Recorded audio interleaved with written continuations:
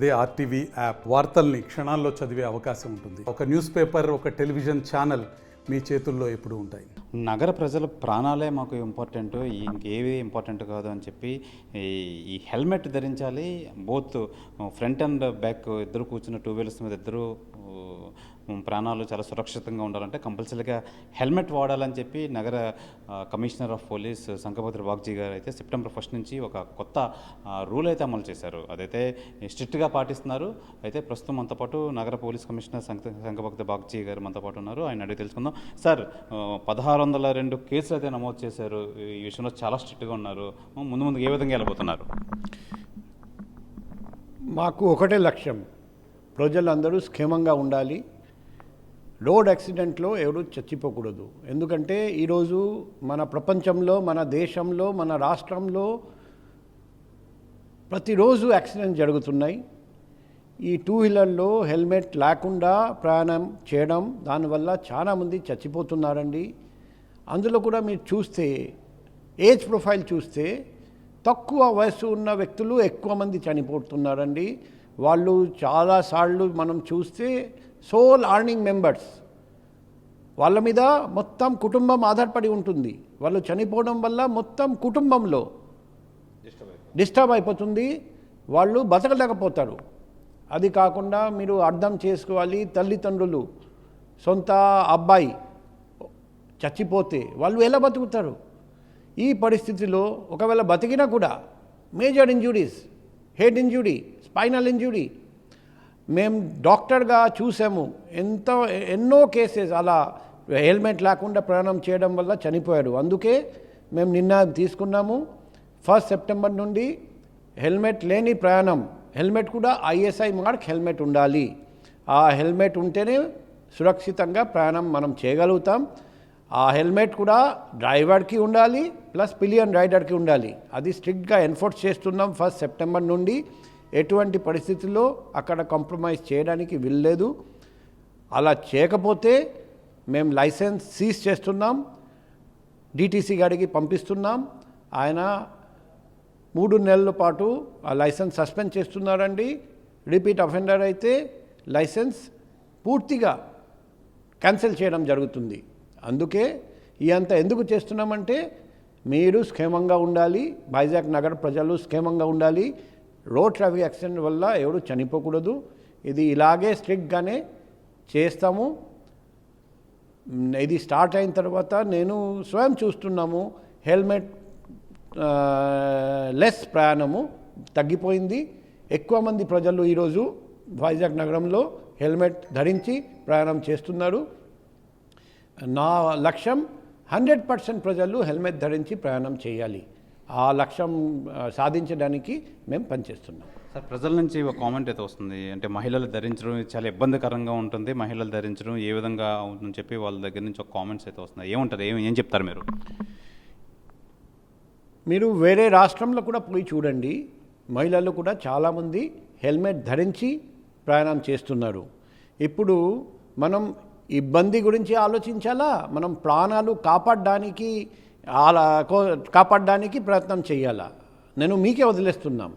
మీకు ఎటువంటి helmet comfortable అటువంటి హెల్మెట్ కొనండి. హెల్మెట్లో కూడా రకరకాల టైప్స్ ఉంటాయి. మీరు కావాలంటే మీకు నచ్చుతుంది అటువంటి హెల్మెట్ కొనండి. కానీ అది ISI మార్క్ హెల్మెట్ ఉండాలి, కంఫర్టబుల్గా మీరు ప్రయాణం చేయాలి. మేము పూర్తిగా మీకు సహకరిస్తాం. సార్, విశాఖ ట్రాఫిక్లో చూసుకుంటే ఆర్టిఫిషియల్ ఇంటెలిజెన్స్తో కెమెరాస్కి ఒక 2 ప్రాంతాల నుంచి అయితే మీరు ఫస్ట్ ప్రాజెక్ట్ కింద తీసుకొని చేస్తున్నారు. ఏంటి సార్ ఆ ప్రాజెక్ట్, ఏంటి, ఏ విధంగా పనిచేస్తుంది? ఈరోజు మాన్యువల్గా చలానింగ్ చేయడం జరుగుతుంది. అప్పుడు అలిగేషన్స్ కూడా వస్తాయి. ఆ పర్టికులర్ ట్రాఫిక్ కానిస్టేబుల్ తప్పు చేశారు, నేను ఎటువంటి తప్పు చేయకపోయినా చాలానింగ్ చేశారని అలిగేషన్స్ వస్తున్నాయి. అది కాకుండా ఆ చాలానింగ్లో హ్యూమన్ ఎలిమెంట్ ఉంటుంది.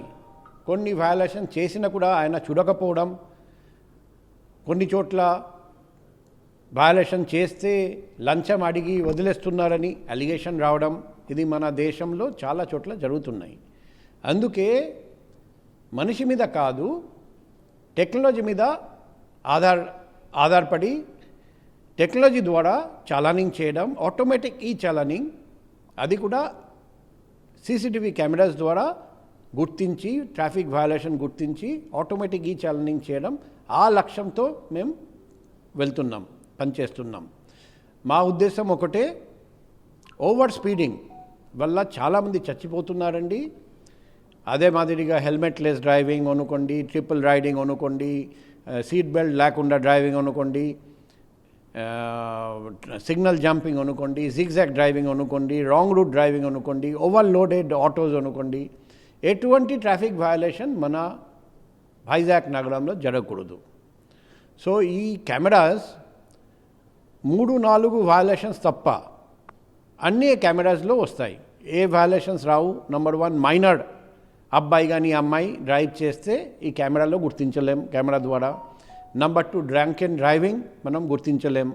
నెంబర్ 3, నంబర్ ప్లేట్ లేని బైక్, అక్కడ మేము ఎవరు చేస్తున్నారు గుర్తించలేము. ఎందుకంటే ఆ వయలేషన్ జరిగితే మేము నంబర్ ప్లేట్ చూస్తాం. ఆ బైక్లో నంబర్ ప్లేట్ లేకపోతే మేము చలానింగ్ చేయలేం. సో ఈ అన్ని ఇష్యూస్లో మాన్యువల్గా చేయాల్సి వస్తుంది. నంబర్ ప్లేట్ లేని బైక్స్ మేము సీజ్ చేస్తున్నాం. ఎందుకంటే నంబర్ ప్లేట్ లేని బైక్ తీసుకొని కొన్ని చోట్ల క్రైమ్స్ కూడా జరుగుతున్నాయి. మిగిలిన అన్ని traffic violations through camera, CCTV camera automatic ఈ చలానింగ్ చేయబోతున్నాం. అది ఫస్ట్ పైలట్ ప్రాజెక్ట్గా కొన్ని జంక్షన్స్లో స్టార్ట్ చేశాము. ఇప్పుడు మా ఉద్దేశం, మా లక్ష్యం, ప్రతి ట్రాఫిక్ జంక్షన్ మన నగరంలో అన్నీ కవర్ చేయాలి. ఇది స్లోగా చేస్తున్నాం. అది ఏ రోజు మేము పూర్తి చేయగలుగుతాం ఆ రోజు నుండి వైజాగ్ నగరంలో ప్రతి ప్రాంతంలో ఆటోమేటిక్ ఈ చలానింగ్ జరుగుతుంది. ఎవరు ఎటువంటి ట్రాఫిక్ వయలేషన్ చేసినా ఆ కెమెరాలో బుక్ పోతారండి. ఆటోమేటిక్గా ఈ చలాన్ మీ దగ్గరికి వెళ్తుంది. అవసరం ఉన్న చోట మేము లైసెన్స్ జబ్ట్ చేయడం, సీజ్ చేయడం, సస్పెండ్ చేయడం, క్యాన్సిల్ చేయడం కూడా జరుగుతుంది. కాబట్టి ప్రజలందరికీ ఒకటే రిక్వెస్టు, మీ ప్రాణాలని కాపాడడానికి ఇవన్నీ చేయడం జరుగుతుంది.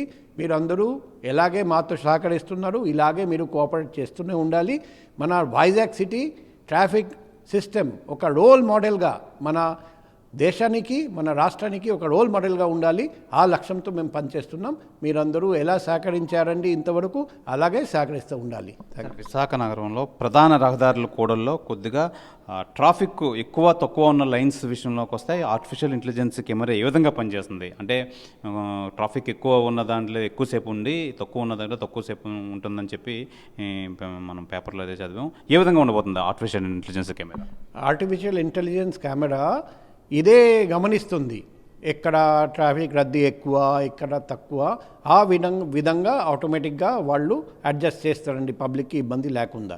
అదే వాళ్ళు డేటా తీసుకొని ఆ డేటా అనలైజ్ చేసుకొని ఆ విధంగా పనిచేస్తుంది. అదే లక్ష్యంతో మేము పనిచేస్తున్నాం. Right sir, thank you sir. ఇది శిరస్త్రానం తప్పనిసరిగా అంటున్నారు సిపి. కంపల్సరిగా మాకు రోడ్ యాక్సిడెంట్ల విషయంలో అన్నీ వితౌట్ హెల్మెట్ వల్ల చనిపోయే ప్రమాదాలు ఎక్కువగా చూస్తున్నాం. కానీ ఇప్పుడు పెట్టిన తర్వాత, September 1 నుంచి పెట్టిన తర్వాత అవి తగ్గుముఖం పట్టాయి.